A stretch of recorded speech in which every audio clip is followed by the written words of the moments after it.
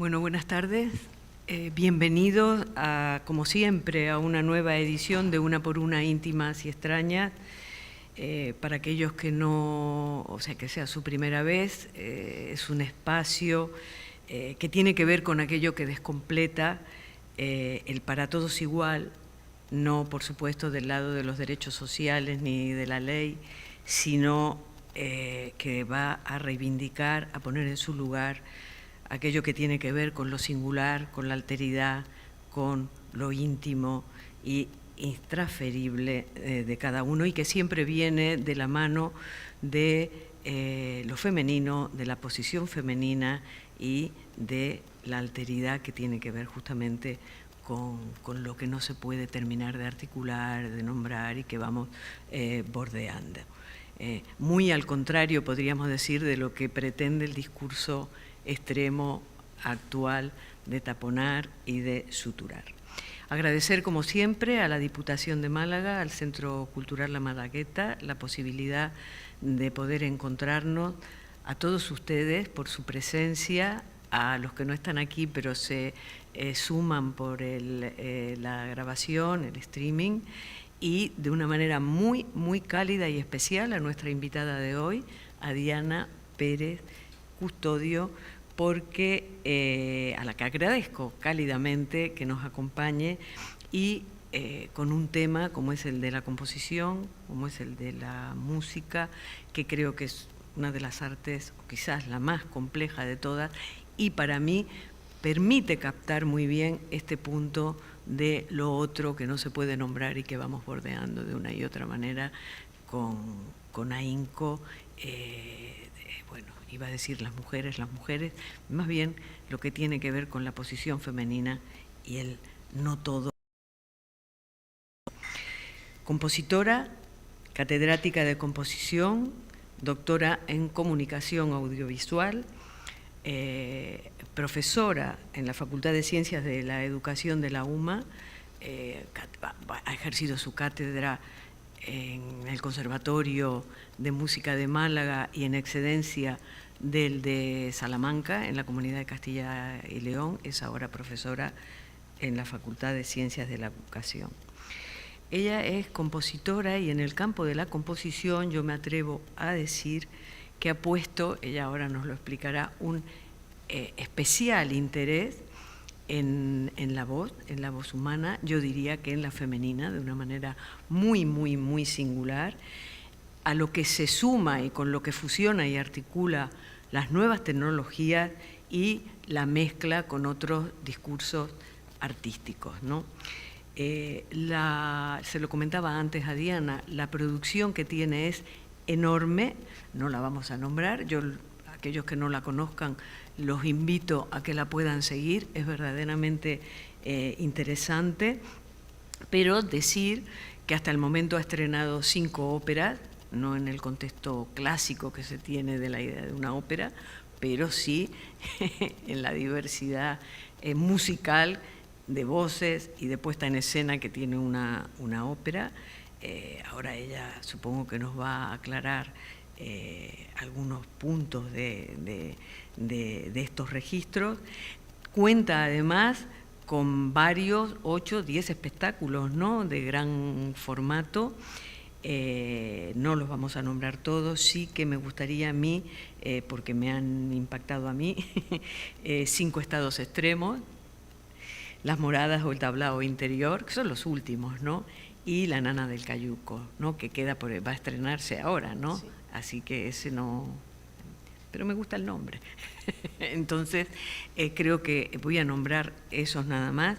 Sí decir que ha recibido encargos pues bueno, de instituciones del prestigio de Radio Clásica o del Parlamento Andaluz o el del Centro de Arte, el Centro Andaluz de Arte Contemporáneo, que sus producciones, sus composiciones han sido interpretadas por orquestas de la categoría, de la potencia de la Filarmónica de Sevilla o de Málaga o de Córdoba, así como en espacios internacionales y y no solamente de música, sino de centros de estudio, de centros de composición, de centros de investigación para la música.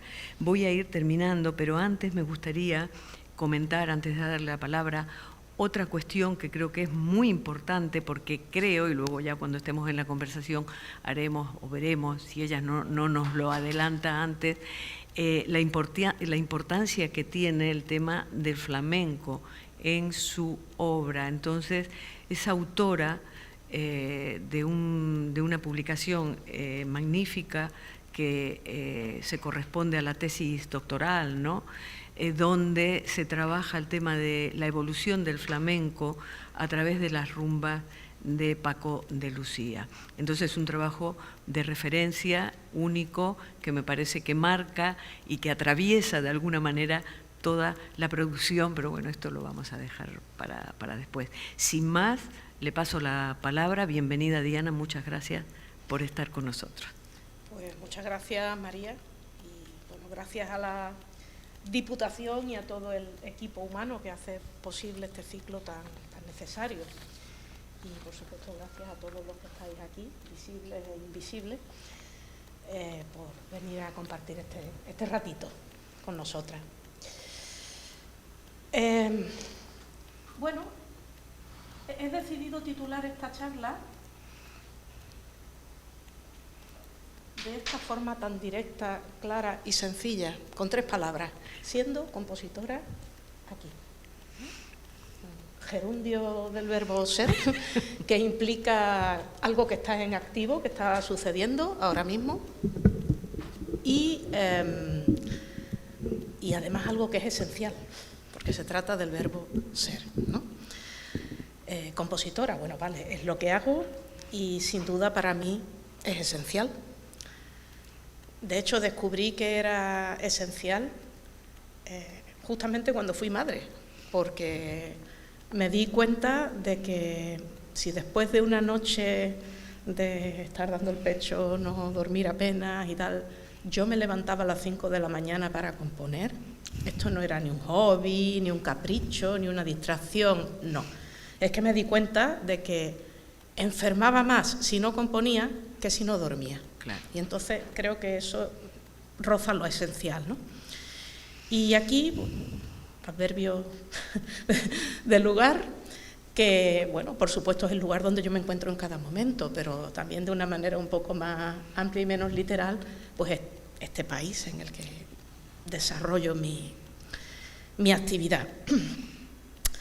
Así que bien, sí, voy a hablar de mi trabajo creativo, de cuáles son los hilos conceptuales que lo nutren, que lo configuran, pero además de esta intención de partir de lo que hago aquí y ahora, sí que antes de empezar me gustaría centrarme un poco en definir este aquí más amplio, o sea, este contexto, que es el contexto vital, no solo mi contexto vital, sino el de muchísimas compañeras compositoras que, por lo que sea, pues decidieron quedarse en este país, en vez de seguir los consejos de todas las personas sensatas que nos dijeron que nos fuéramos a otros países un poquito menos hostiles con este tipo de actividad. Y bueno, resulta que es que realmente este país tiene pues ciertas problemáticas peculiares con esto de ser compositora. Básicamente se trenzan 2 problemáticas. Por un lado, la de que en este país la composición artística, es decir, esa que no está orientada explícitamente a lo comercial, que sea, pues no suele estar remunerada. Y si lo está, pues casi siempre de forma irrisoria.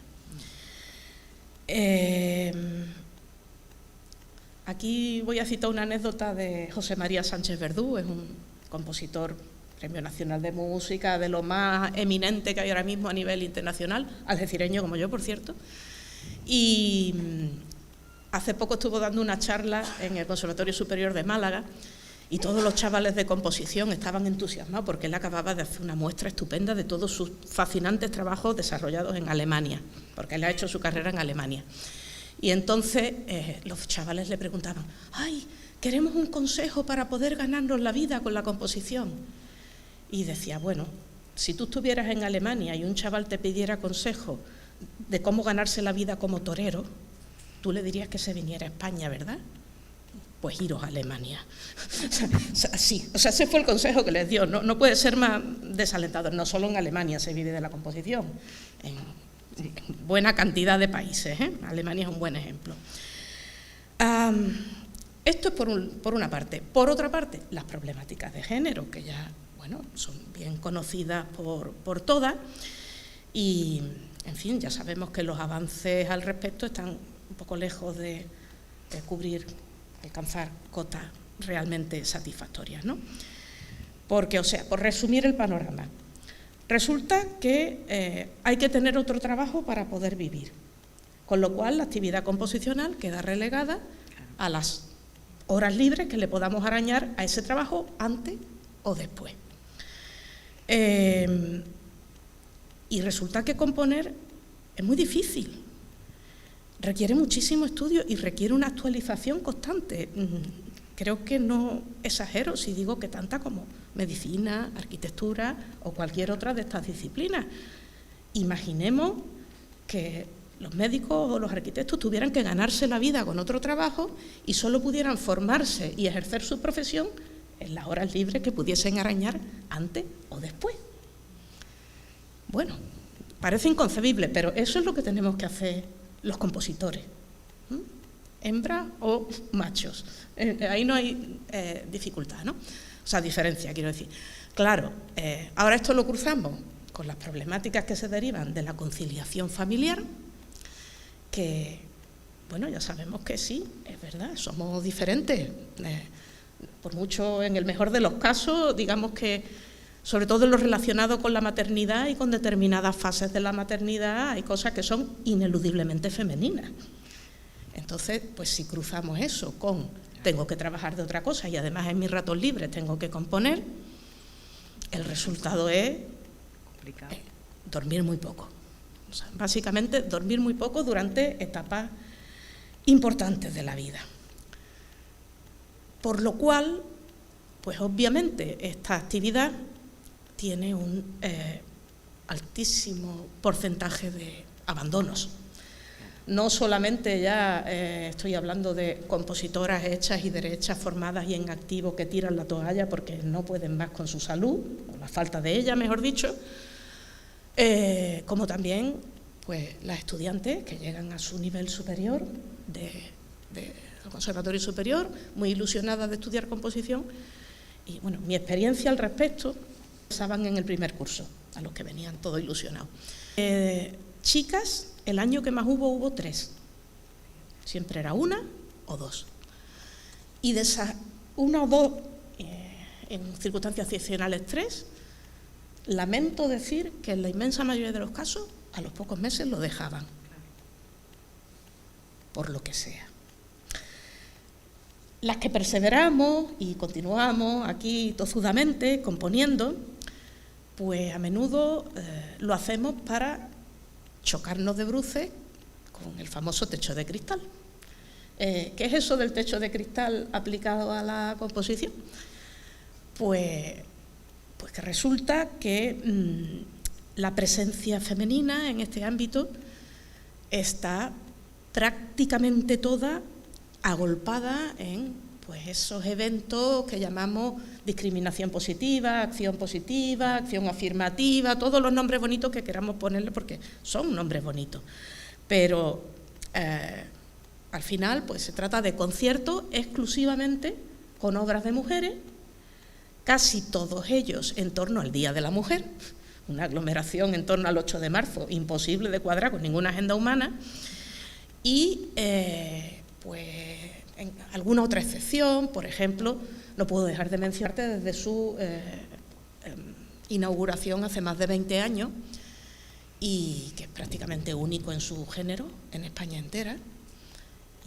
Sí, también se hace un concierto solo de obras de mujeres en ese taller y también hay algún que otro congreso, algún que otro festival de género donde se hacen obras solo de mujeres. Pero si nos vamos a la presencia en la programación general, el panorama es desolador, no, lo siguiente. Los últimos datos que hay oficiales sobre este tema hizo un estudio el Observatorio de Igualdad del Ministerio de Cultura, que publicó en el año 2019, no hay datos más recientes que esto. Este estudio, que se llama ¿Dónde están las mujeres en la música sinfónica?, fue elaborado por la Fundación ESGAE, por la Asociación Clásicas y Modernas y por la Asociación Mujeres en la Música, que son de rango nacional y todas instituciones de peso. Y lo que hicieron fue analizar los datos de todas las orquestas españolas y sus programaciones en la temporada 2016-2017. Resultado: las obras compuestas por mujeres, la presencia de ellas es de un 1%. Y ese 1%, casi todo, son conciertos solo de obras de mujeres. Bueno, los datos creo que hablan por sí mismos, no tengo nada más que decir. Voy a contar otra anécdota de Reinaldo Fernández Manzano. Es músico y es un gestor estupendo, que era el director del Festival de Música Española de Cádiz cuando se creó el taller de compositoras. Él fue el que impulsó la creación de ese taller. Es una persona muy concienciada con las cuestiones de género. Y recuerdo que no sé si fue primera o segunda edición, y íbamos unas cuantas compositoras, todas muy abiertas de mente allí a hablar con Reinaldo. Pero Reinaldo, esto no puede ser, estamos haciendo algo que estamos diciendo que solo podemos ser nosotras y no podemos abrirle la puerta a los hombres. Estamos haciendo lo mismo que han hecho con nosotros a lo largo de la historia. Y Reinaldo, es que si están los hombres también, pues pueden escuchar nuestras problemáticas y es mucho más útil y tal. De verdad es necesario hacer una cosa así, ¿no? Y Reinaldo dijo, mira, yo creo que sí. Porque mira, este año 2 compañeras vuestras no han podido venir. Una porque acaba de ser madre y la otra porque en estos días le toca ser abuela. Yo, en todos los años que llevo aquí dirigiendo este festival, jamás un hombre ha dejado de venir porque en esos días fuera a ser abuelo. De hecho, ha ocurrido varias veces, nos invitaba a una cerveza y nos lo pasábamos súper bien, pero no había dejado de venir por eso, así que yo creo que sí, que es necesario, nos cayó a todas, la verdad. En fin, aún así, las cosas han mejorado muchísimo desde la generación anterior a la mía. O sea, el panorama que narran las más veteranas es de lo más desalentador y ellas aplauden con muchísimo entusiasmo todas estas iniciativas de acción positiva y tal, porque al menos se está haciendo algo para visibilizarnos, cosa que no existía en su época, ¿no? Entonces yo casi que prefiero quedarme con esta visión de las más veteranas, con lo positivo avanzando. Y bueno, para terminar con esta introducción de ese aquí, que está dando para tanto, pues comentar que las compositoras de mi generación nos sentimos con una responsabilidad grandísima, grandísima, de cara a ser el espejo en el que se miren las nuevas generaciones. Porque yo puedo hablar de mi caso particular, o sea, yo siempre cuento lo mismo, pero es que me parece muy significativo. Yo, desde que tengo uso de razón, quiero ser compositora. No sé muy bien por qué, pero lo tengo clarísimo. Y con 9 o 10 años, pues se lo verbalicé a mi padre. Estábamos en la playa, los dos sentados. Mi padre era una persona cultísima, de verdad, muy, muy culta. Y yo le dije, papá, yo quiero ser compositora. Y bueno, me miró con mucha ternura, la verdad, con mucha indulgencia. Me dijo, hija, eso no puede ser. Las mujeres no podéis ser geniales. Además, mira los libros de historia, no estáis. Y llevaba razón, no estábamos. Pero no porque no hubiera habido mujeres compositoras, sino porque estaban... Omito el comentario, porque además la palabra de eso de la genialidad es algo tan decimonónico que ya da hasta... En fin, bueno... pero bueno, el caso es que yo, como soy muy tozuda, pues, pero yo sí, si no ninguna, pues yo seré la primera, y yo, inocente de mí. Pero con 17 años conseguí conocer a 2 compositoras de carne y hueso. No fue muy tarde, otras compañeras mías tardaron más, o sea, solo con 17 años. Y fue para mí, o sea, se puede, existen, si pueden ellas, yo también. No existían, ¿no? Fue maravilloso. Así que esa responsabilidad ahora recae sobre nosotras porque somos la prueba viva de que es posible. Y bueno, en fin, como al final habrá tiempo para preguntas y comentarios, pues si les parece voy a ir adentrándome en mi trabajo y voy a hacerlo a través de una pequeña pieza, poco más de 3 minutos, que creo que es bastante representativa de mi estilo y que además conecta con lo que acabo de hablar, porque pues también nació gracias a una de estas acciones de discriminación positiva. Lo organizó el Patronato del Alambre y Generalife, casualmente, durante unos años en los cuales el presidente de dicho patronato fue Reinaldo Fernández Manzano, el mismo que había creado el taller de compositoras. Entonces se le ocurrió reunirnos a una serie de compositoras, escritoras y artistas gráficas para encargarnos obra, producción relacionada con la Alhambra. Esto culminó en una exposición preciosa en el Palacio de Carlos V, un concierto donde se estrenaron todas las piezas, la grabación de un CD y la publicación de unos libros artísticos maravillosos. Lo que nos pidieron concretamente a las compositoras es que fuera una obra breve, inspirada, como no, en un rincón o algún aspecto de la Alhambra, que fuera manuscrita. Ahí tienen la primera página de mi partitura manuscrita, porque era para ser expuesta y para ser editada en un libro artístico, y que fuera para violín y arpa. Y no para cualquier violín ni arpa, sino para Cecilia Berkovich y Cristina Montes, que son intérpretes top a nivel internacional, un auténtico lujo. Yo tuve claro desde el minuto cero sobre qué iba a hacer esta obra, porque os lo cuento. Resulta que mi tatarabuelo fue alcaide de la Alhambra, en la época esa de los viajeros decimonónicos, que estaba toda la Alhambra llena de gitanos con sus animales allí viviendo, y una de las obligaciones de este señor era hacer la limpieza anual, o sea, supervisar, claro, no hacer, supervisar la limpieza anual de los aljibes.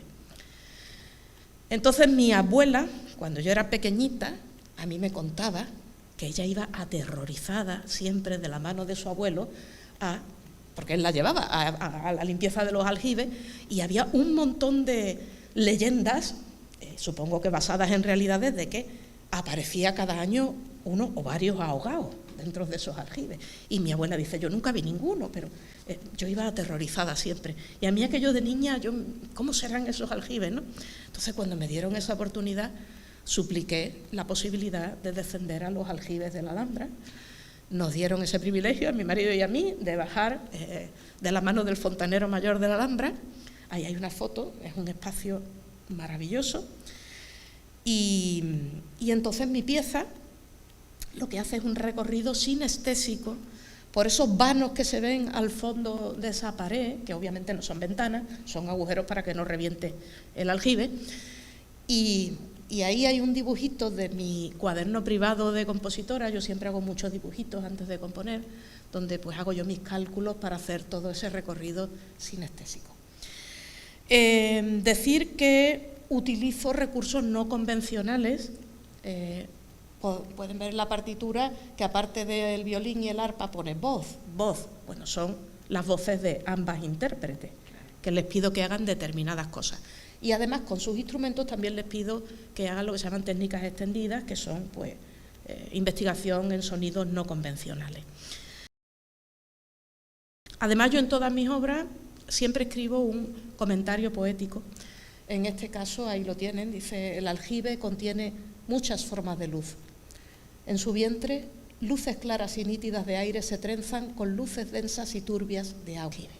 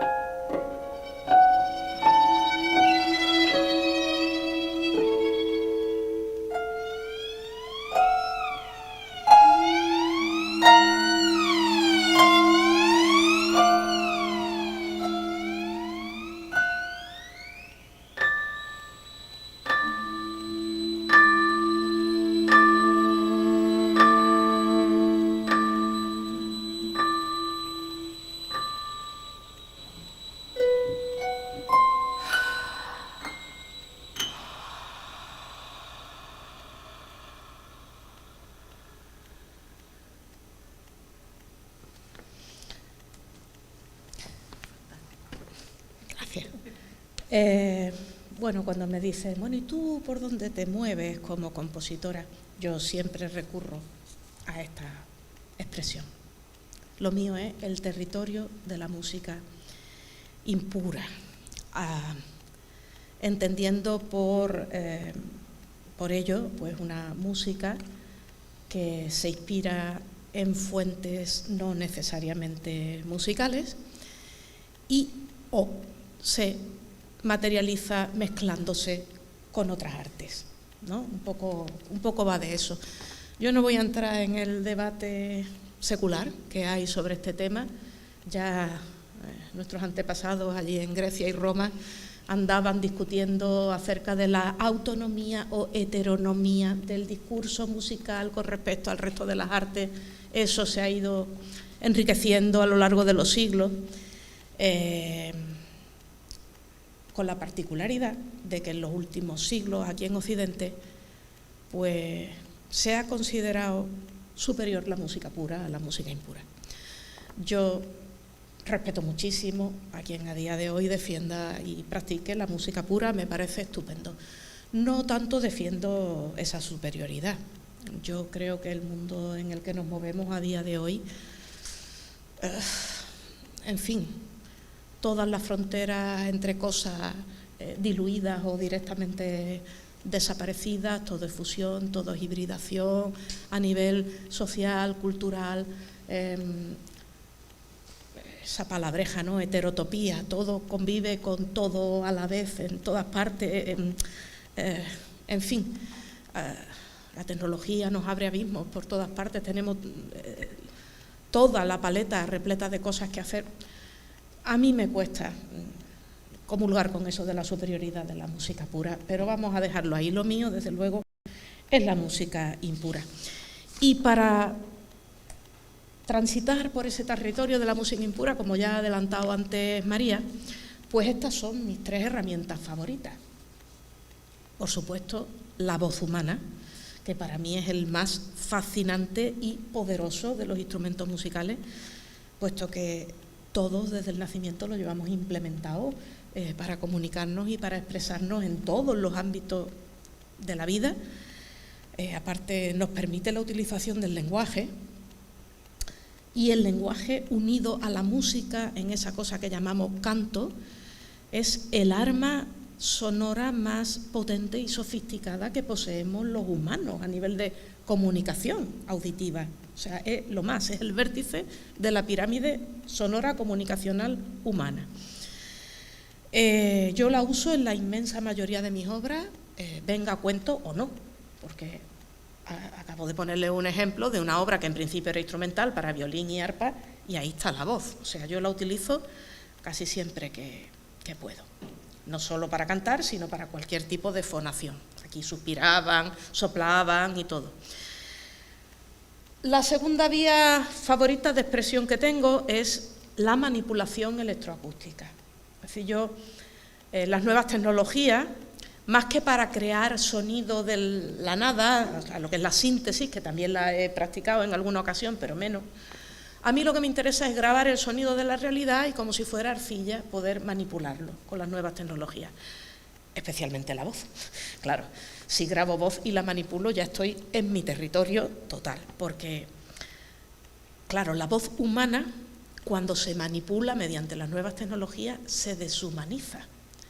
Y ahí se crea una tierra de nadie, un lugar ambiguo, que yo creo que en los días que me quedan de vida nunca me cansaré de explorar. Y por último, como no, pues la fusión con las otras artes, fusión en múltiples formatos. Aprovecho para hacer una pequeña cuña publicitaria. El día 22 de este mes se inaugura en la sala Mingorance, se llama, lo que son los archivos municipales, allí en la Alameda principal, una exposición de compositoras malagueñas,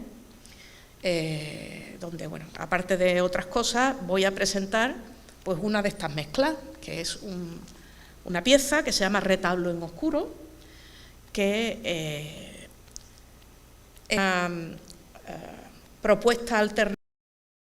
Eso que nos proponen en los centros de arte contemporáneo, de meternos en una cabina oscura a ver un videoarte en bucle, pues esto es una propuesta de lo mismo, pero con pintura. O sea, en vez de algo en movimiento, algo quieto. Entonces hay un retablo pintado por Pepe Miñarro, mi marido, eso está cercado en una habitación negra, y hay una parte electroacústica en bucle, compuesta por mí, que va todo el rato sonando. Pues un ejemplo de fusión con otras artes, aunque los ejemplos más habituales, como no, son cualquier tipo de manifestación escénica, danza, teatro, con cualquier tipo de audiovisuales, etcétera, ¿no? De hecho, bueno, muchísima producción de formato escénico, pequeña y grande, has mencionado 5 óperas, 8 espectáculos de gran formato por ahora y no pienso parar. Mis primeros experimentos con los espectáculos de gran formato fueron esta trilogía de óperas que hice en la década del 2000, que llamé ópera mixta porque en este caso la innovación, entre comillas, es que el acompañamiento vocal no va a cargo de una orquesta, como un grupo grande de instrumentos, como es convencional, sino que es una parte electroacústica pregrabada, lo que de una manera un poco nostálgica se sigue a día de hoy llamando cinta, en alusión a aquellas grandes cintas magnéticas de esos magnetofones grandes de bobina abierta con los que se empezó a trabajar la música electroacústica. Entonces, a día de hoy se sigue diciendo cinta. Estas 3 piezas, pues, Taxi trata sobre el viaje interior de una mujer, o sea, es una pasajera que se monta en un taxi y se mete en su mundo interior y hace todo un viaje interior hasta que el taxista la trae a la realidad. Pero claro, una realidad bastante onírica también, y toda la ópera es bastante onírica. De hecho, la pasajera está desdoblada en una cantante y una bailarina, ¿no? Luego el conductor, que es un actor. Fonía, de 2004, es una pieza sobre el amor desde el punto de vista del hombre. Voy a hablar un poquito de este experimento.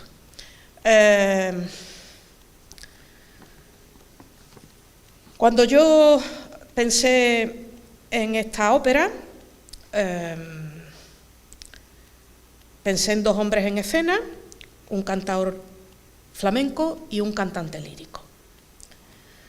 Le hablé de este proyecto al director. La trilogía está toda dirigida por Claudio Zulián, por el mismo director. Hablé con él, mira, quiero hacer esto, es una obra sobre el amor desde el punto de vista del hombre. Ah, perfecto. Terminé mi partitura, terminé mi cinta, le entregué ambas al director y me dijo, adiós, no quiero verte hasta el día del estreno. ¿Cómo? Sí, voy a hacer bien los deberes. Se encerró con esos dos hombres a ensayar. De hecho, la encargada de producción de su compañía, que era Acteón, era una mujer. Pues contrató a un ayudante de producción hombre para que esa mujer no pisara ni contaminara, por así decirlo, los ensayos de la ópera. Claro, yo acudí a aquel estreno, que fue en Olot, en Girona.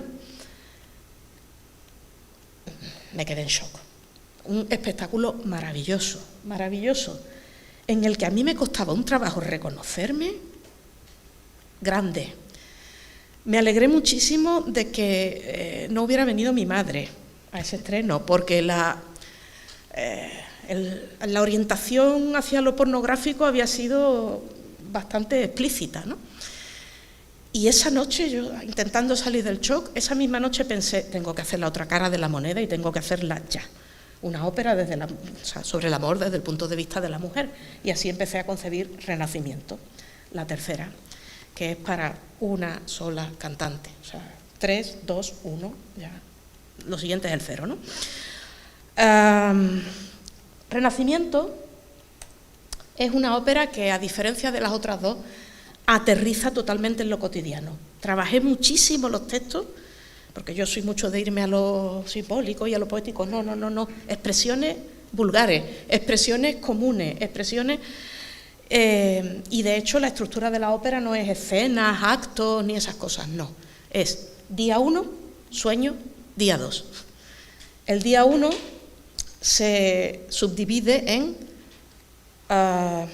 realidad 1, comentario 1. Realidad 2, comentario 2, así, ¿no? Con diversas partes, ¿no? Luego está un salmo responsorial, que es la transición al sueño, y luego un sueño, pues de estos sueños reveladores que te cambian la vida, y el día 2 se divide en presente 1, presente 2, presente 3. Presente 1 se corresponde con la realidad 1 del día anterior. Las cosas que vienen de fuera a la protagonista son las mismas, pero la actitud de la protagonista es diferente, porque el sueño la ha transformado. Es una historia realísima de una mujer viajando, un viaje exterior, no interior, con marido, 2 hijas y perro. Y la relación, pues con ese entorno, especialmente con su marido. Esto se estrenó en Santiago de Compostela, en el Centro Gallego de Arte Contemporáneo, en el seno de una exposición que se llamaba Contos Digitais, Cuentos Digitales. Claudio Zulián, el director, creó una videoinstalación que estuvo allí durante toda la exposición, funcionando en bucle. En esa videoinstalación, aparte de trozos de la música de la ópera, se veía pues a una señora muy tribal, bailando, que de vez en cuando se agachaba y de manera simbólica paría objetos de consumo que llevaba colgando debajo de una falda que llevaba puesta. Lo digo porque voy a poner un pequeño teaser, un pequeño resumen, y en los créditos iniciales vais a ver a la señora en cuestión. Vamos a ver esto y ahora comento otra cosilla. Vamos a ver Renacimiento.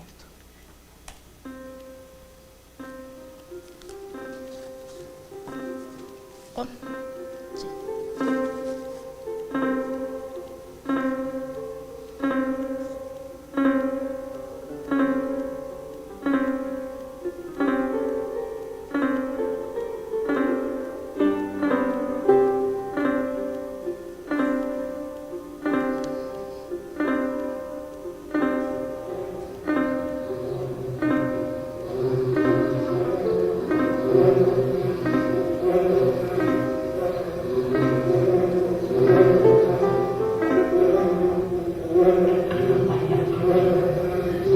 Cuántas moscas que asco, que el perro se ha comido una. Háblame.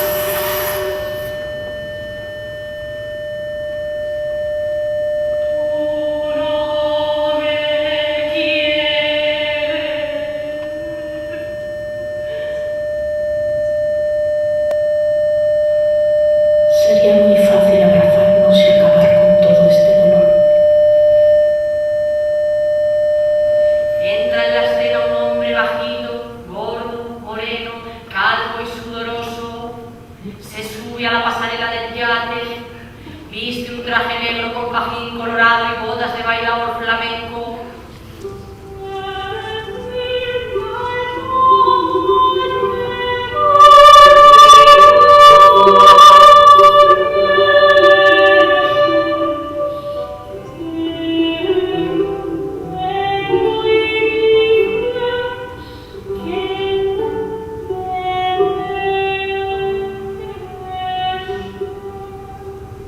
No hay cosa que me asombre ni ponga mayor temor que pueda vestir amor para remediar al hombre.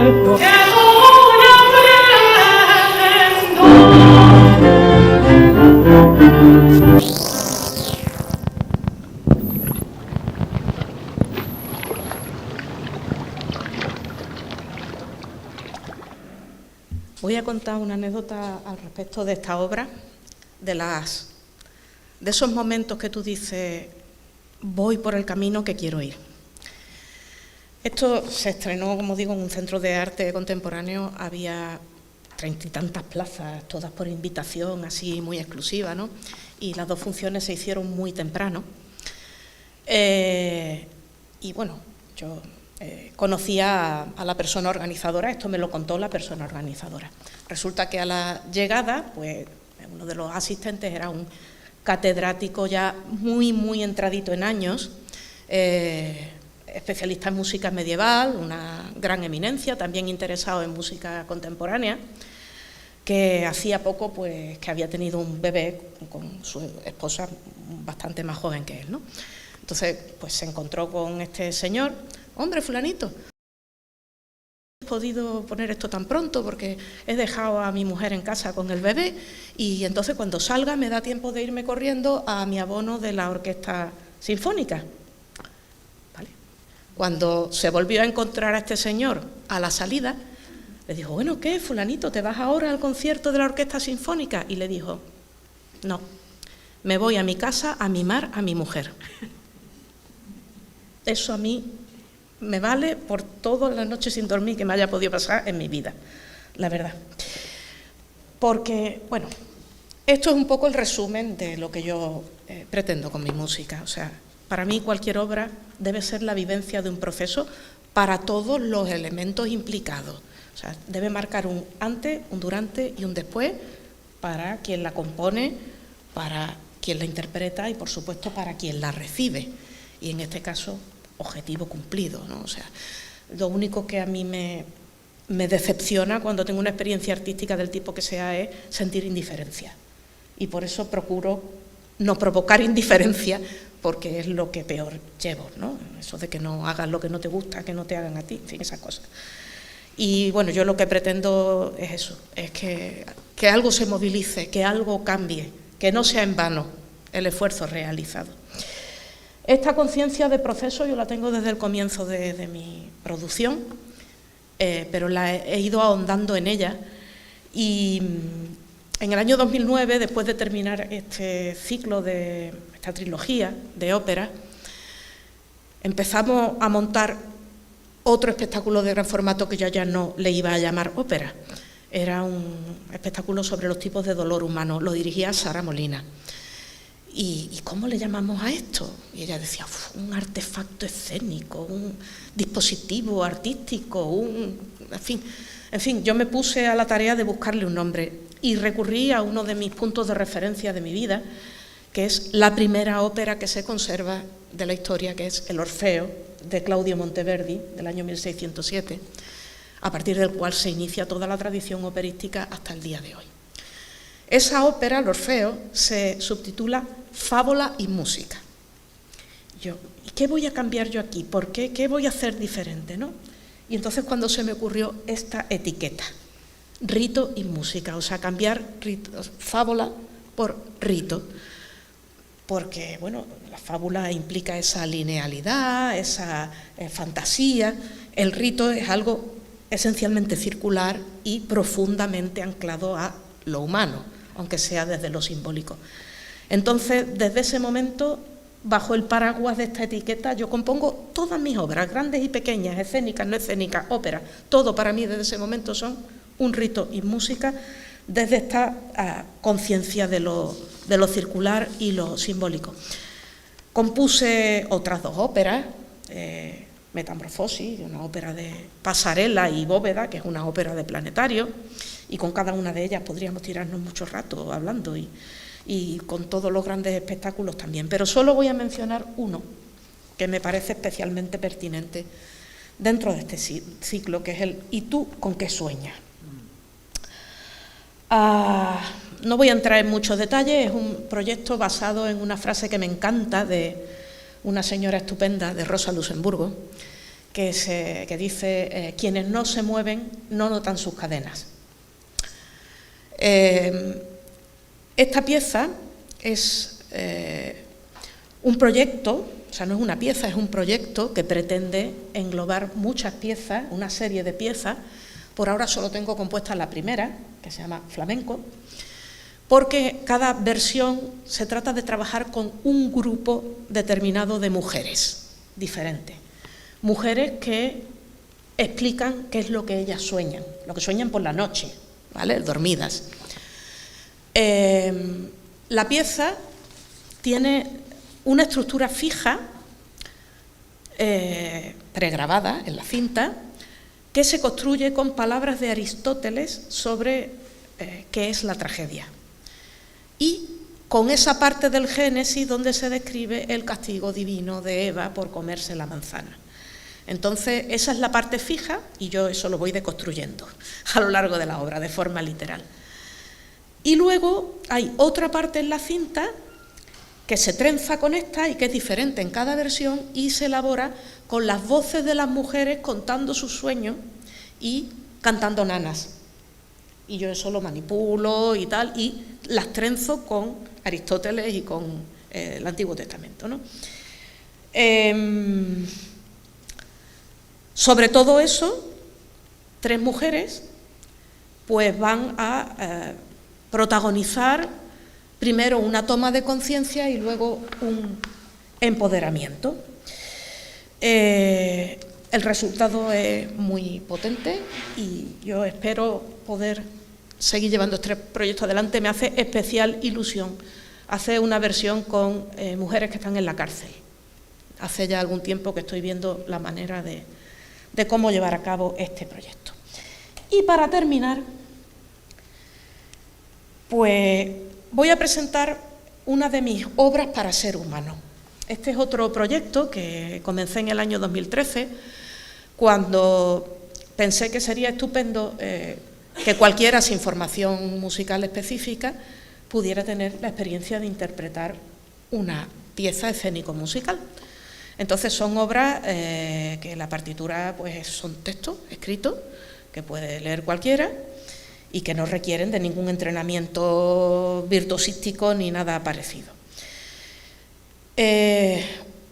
Estas piezas, algunas de ellas, van asociadas a talleres en los cuales montamos la pieza, quien se quiera apuntar. Yo voy a hablar concretamente de Drop the Femme, del año 2021, para 3 seres humanos y cinta.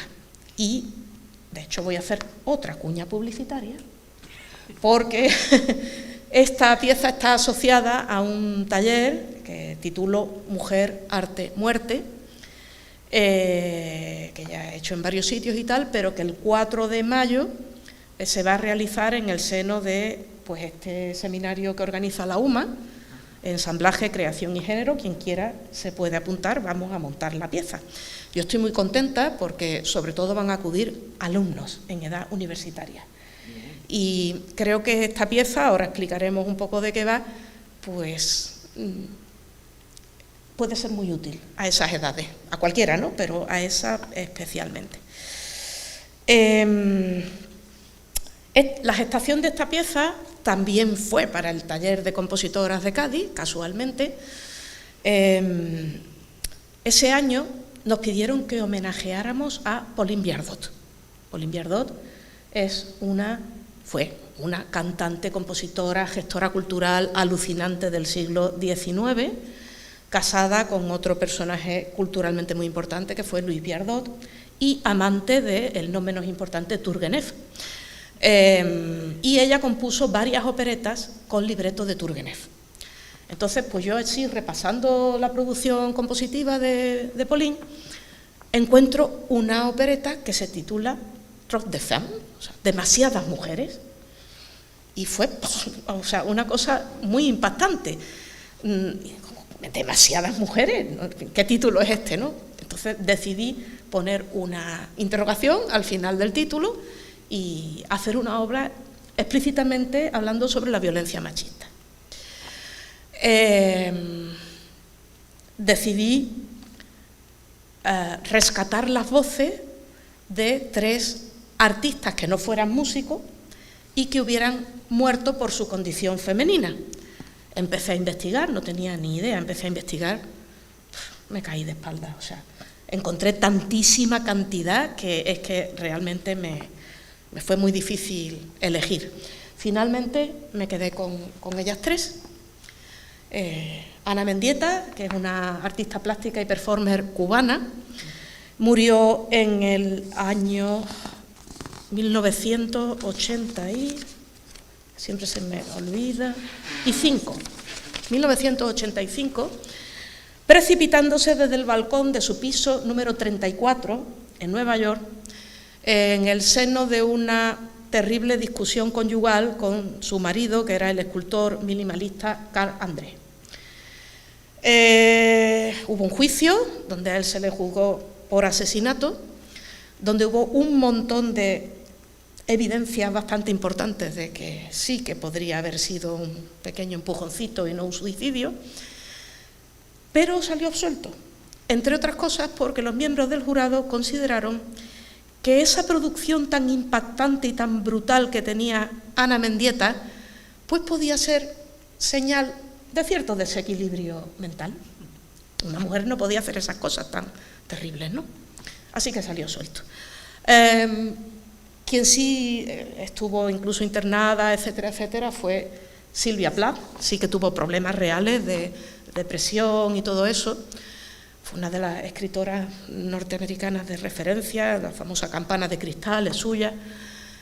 Sylvia Plath murió en el año 63 metiendo la cabeza en un horno de gas después de que su marido la dejara con un niño de 3 años y un bebé de 8 meses para irse con Asha Webbil.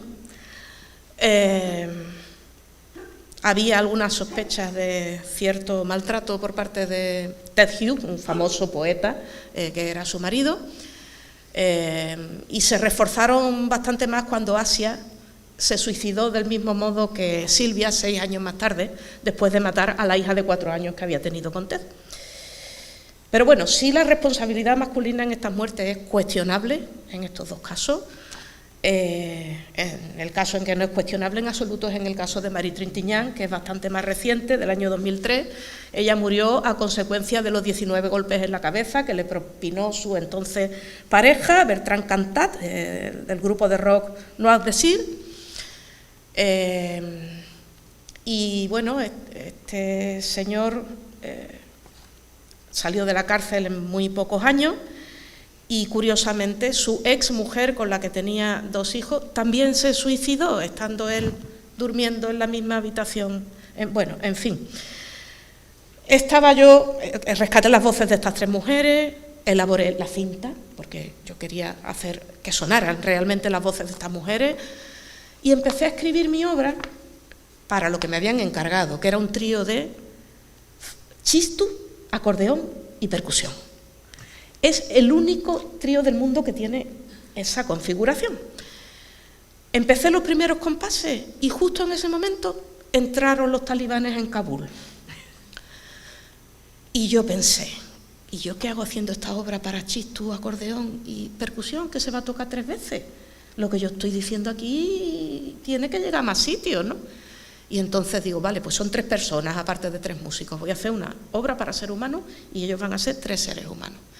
Entonces, pues, cada uno de ellos elige un personaje y tañe una copa afinada, llena de agua, que simboliza la voz de cada una de estas mujeres, a la que luego acalla y luego destruye la copa. Básicamente eso es la obra. Bueno, creo que participar de este rito y música es una manera en la que ineludiblemente se toma conciencia del asunto. Y por eso creo que es tan importante pues trabajar con gente joven. Ojalá que podamos hacerlo en muchas más universidades. Y con esto ya sí, me callo, pongo fin a mi exposición. Eso sí, me van a permitir que deje esta frase puesta de Rosa Luxemburgo porque me encanta su compañía. Y bueno, pues estoy abierta a cualquier pregunta, a cualquier comentario y gracias por la atención y por la paciencia.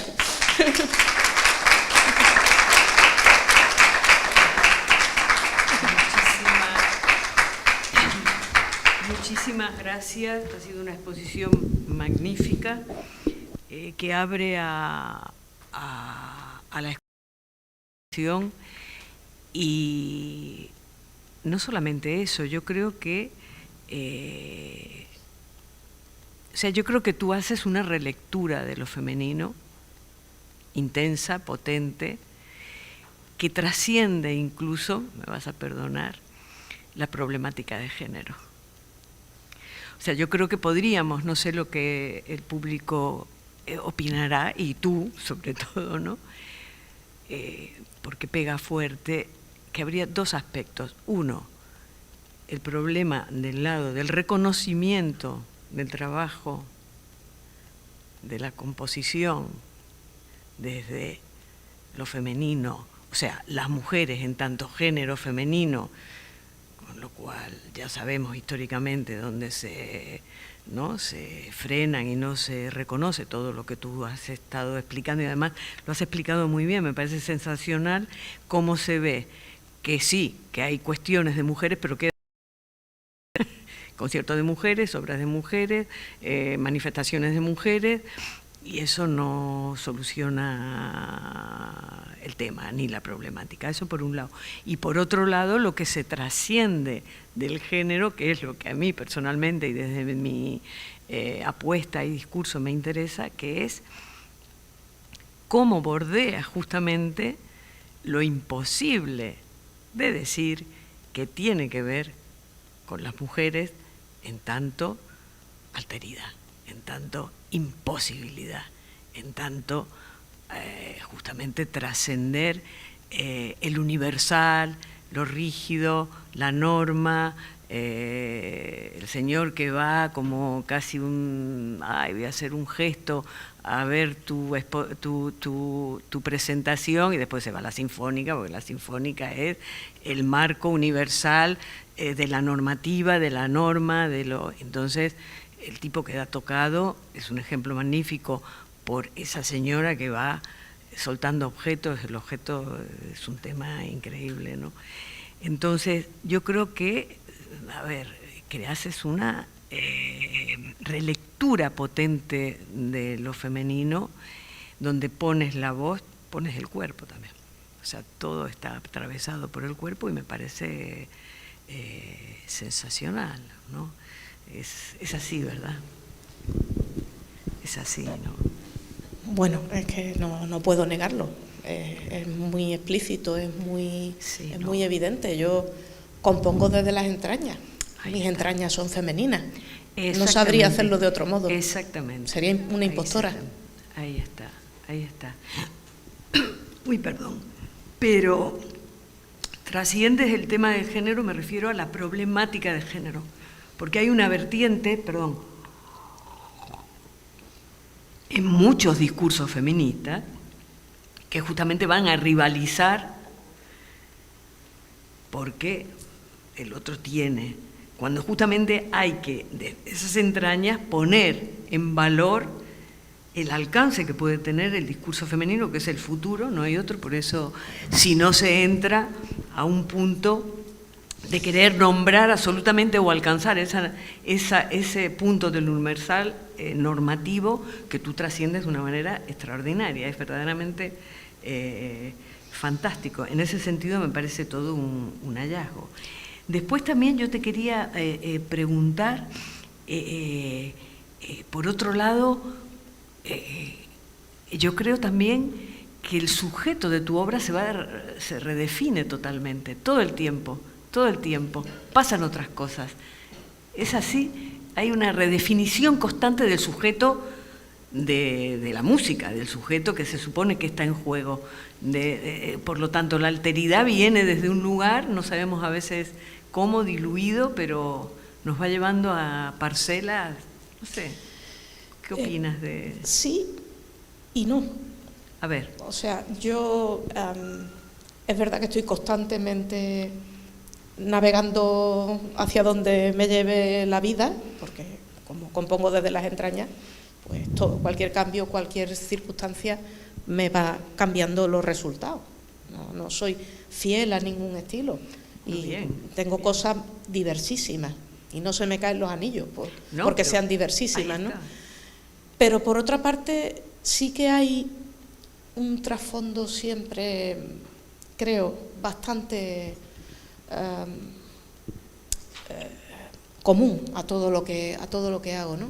El flamenco. Y hay temáticas, bueno, eso es más bien una cuestión de estilo, pero voy a lo más esencial, a lo más profundo. O sea, a mí toda esta idea de proceso, la investigación sobre el amor, o sea, el amor es uno de las cosas que más me interesa en todas sus acepciones, manifestaciones, etcétera, ¿no? Sí. Entonces, hay una serie de cosas que de manera reincidente... El anclaje y el trazo de toda la obra, ¿no? Sí, siempre está ahí. Está ahí. Tú has nombrado el amor, yo tenía una pregunta respecto a una de la cuarta ópera, ¿no? Metamorfosis, donde el significante está muy bien explicado, es met, amor en mayúscula, ¿no? Fosis. Y ahí se juega algo potentísimo, ¿no? Hay algo como que se mueve y se desestabiliza algo de las identidades para poner de manifiesto algo.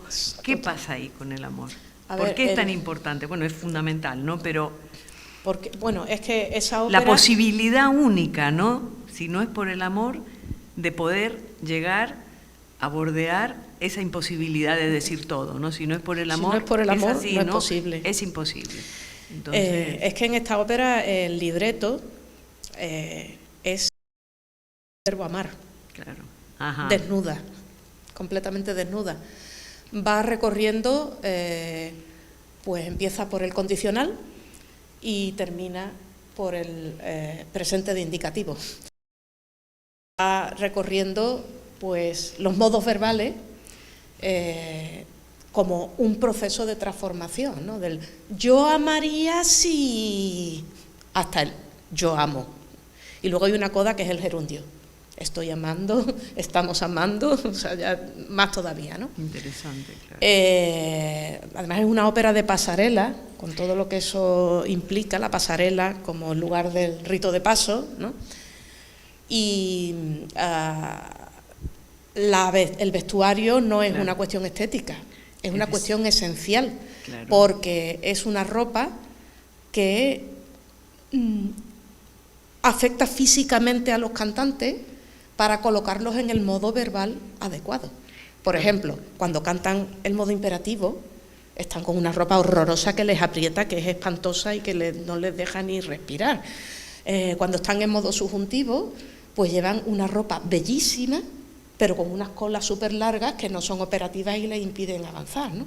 O sea, son cosas reales, o sea, para que la vivencia, que eso es otra cosa que a mí me interesa mucho, que los intérpretes vivan experiencias reales, no teatrales, sino performativas. Esa es la diferencia esencial, ¿no? O sea, que toquen el cuerpo. Exacto. Que la experiencia toque el cuerpo. Que la experiencia toque el cuerpo. Que sea de verdad, que no sea fingida. Claro. O sea, cuando hemos visto el ¿Y tú con qué sueñas? Ahí, esas cadenas son de verdad. Claro. Esa bailarina terminó con más cardenales que el Vaticano. Claro. Y comprendió el sentido de... Claro. Su madre no tanto, pero ella comprendió bien el sentido de todo esto, ¿no?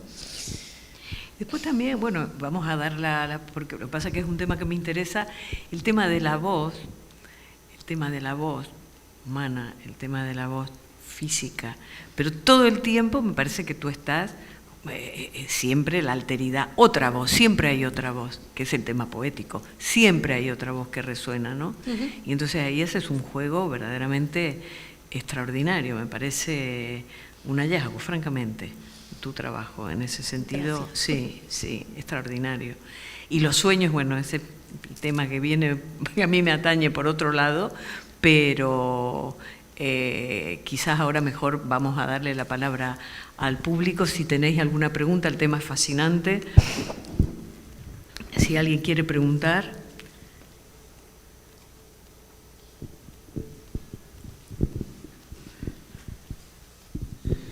Bueno, después de haber estado escuchando estas tan interesantes, ¿no? Es decir, el caldo de cultivo, digamos, donde se ha ido gestando todas estas obras, han sido mujeres, con sus propias experiencias, ¿no? Y culminando en lo que es una nana, ¿no? Pero ¿cómo se desarrolla? Es decir, ¿cómo se va desarrollando la pieza y cómo se desarrollará en un futuro? ¿Y hacia dónde pretendes llegar con esos elementos, ¿no? Que viene desde el sentir más íntimo de una persona, ¿no? De personas con vivencias extremas y de una forma bastante fuerte, ¿no? ¿Podrías contarnos algo acerca de ese desarrollo, cómo ha sido y hacia dónde va?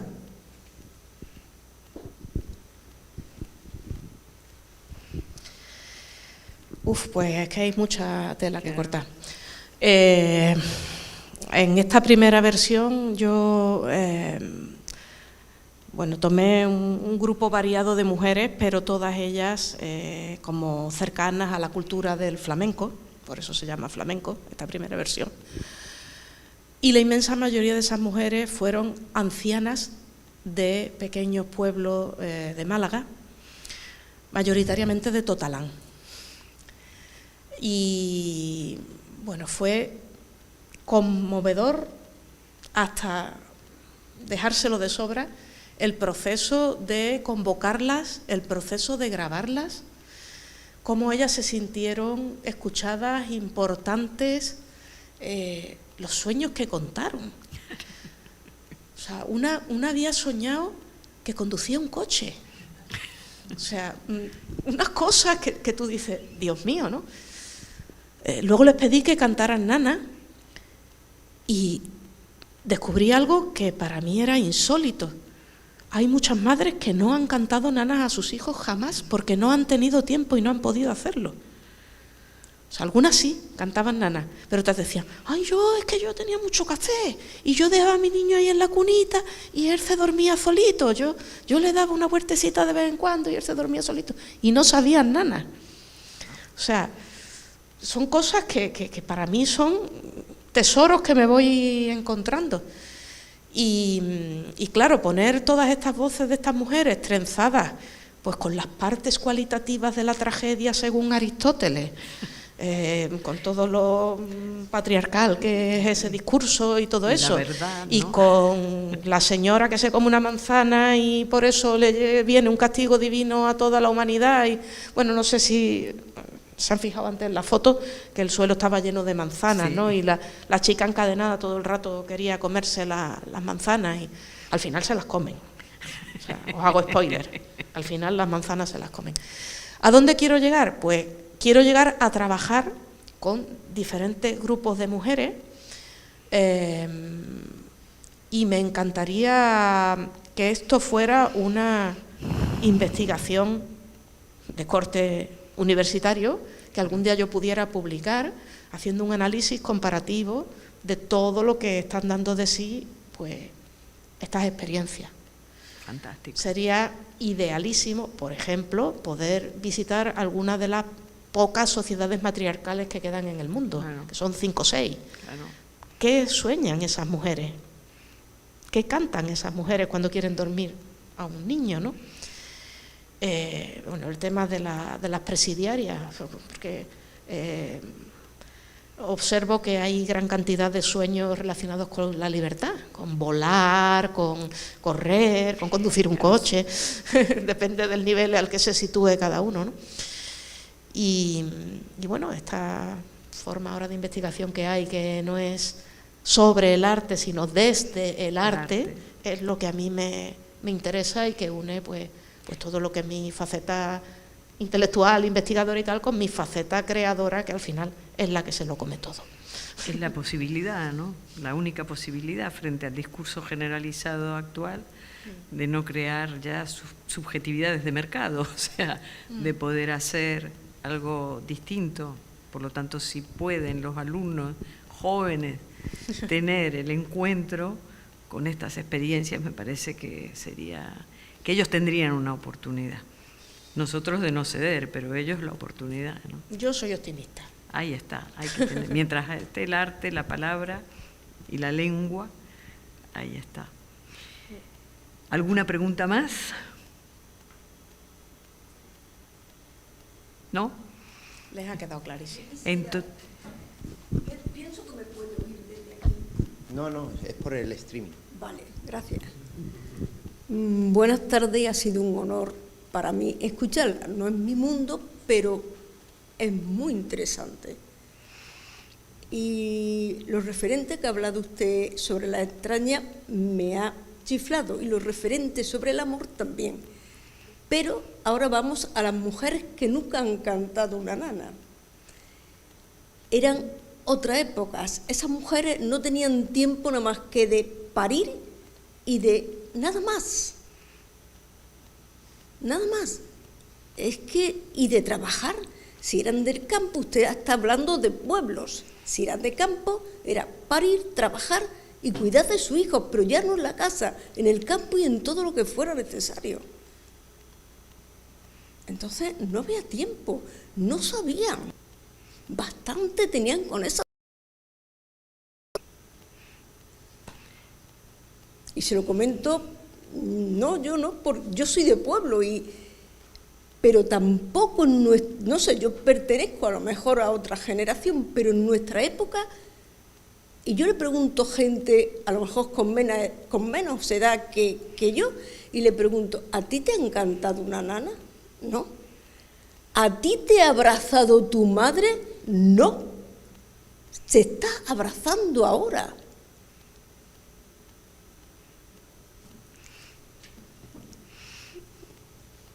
Nada más. Y muchas gracias por todo.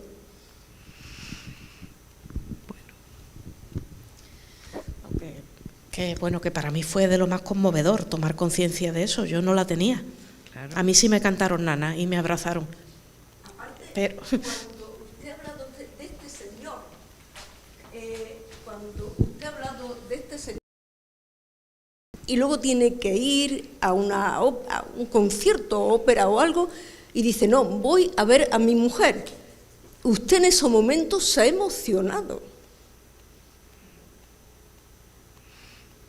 Entonces, estamos hablando del amor en el estado más puro de la palabra. Cuando los seres humanos entendamos eso, vamos a entender muchas cosas. Pero, Dios mío, estamos viviendo unos tiempos tan difíciles que no miramos a nada. Bueno, mi mundo no es ese. Yo he estado en un mundo de seres microscópicos, en microbiología, entonces no es mi mundo. Pero ha sido un mundo un poco seco, pero era mi mundo, era lo que a mí me gustaba, como usted ha dicho. Yo, desde que le dije a mi madre, oye, es decir, usted nació para ser compositora, no más. Muchas gracias por todo.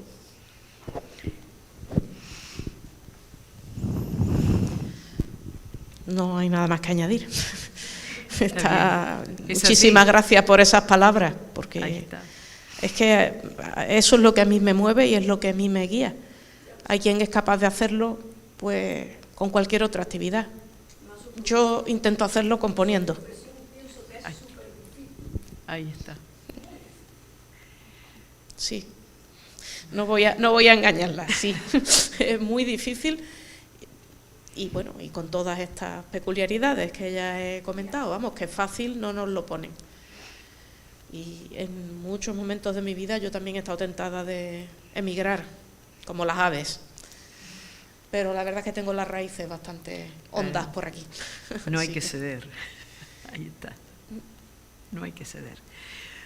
Bueno, si no hay más preguntas, agradecer esta magnífica intervención, me parece que ha sido extraordinaria. A todos ustedes nuevamente y, por supuesto, un aplauso.